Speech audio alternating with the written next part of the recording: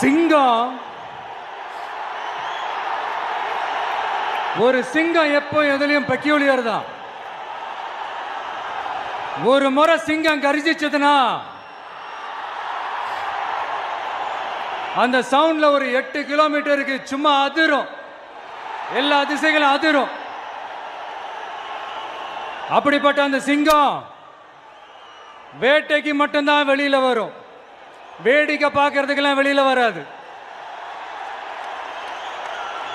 வேட்டையில கூட உயிரோடு இருக்கிற மிருகங்களை தான் வேட்டையாடும். அதுலயும் பெரும்பாலும் தன்னை விட பெரிய சைஸ் உள்ள மிருகங்களை தான் குறி வச்சு தாக்கும், ஜெயிக்கும்.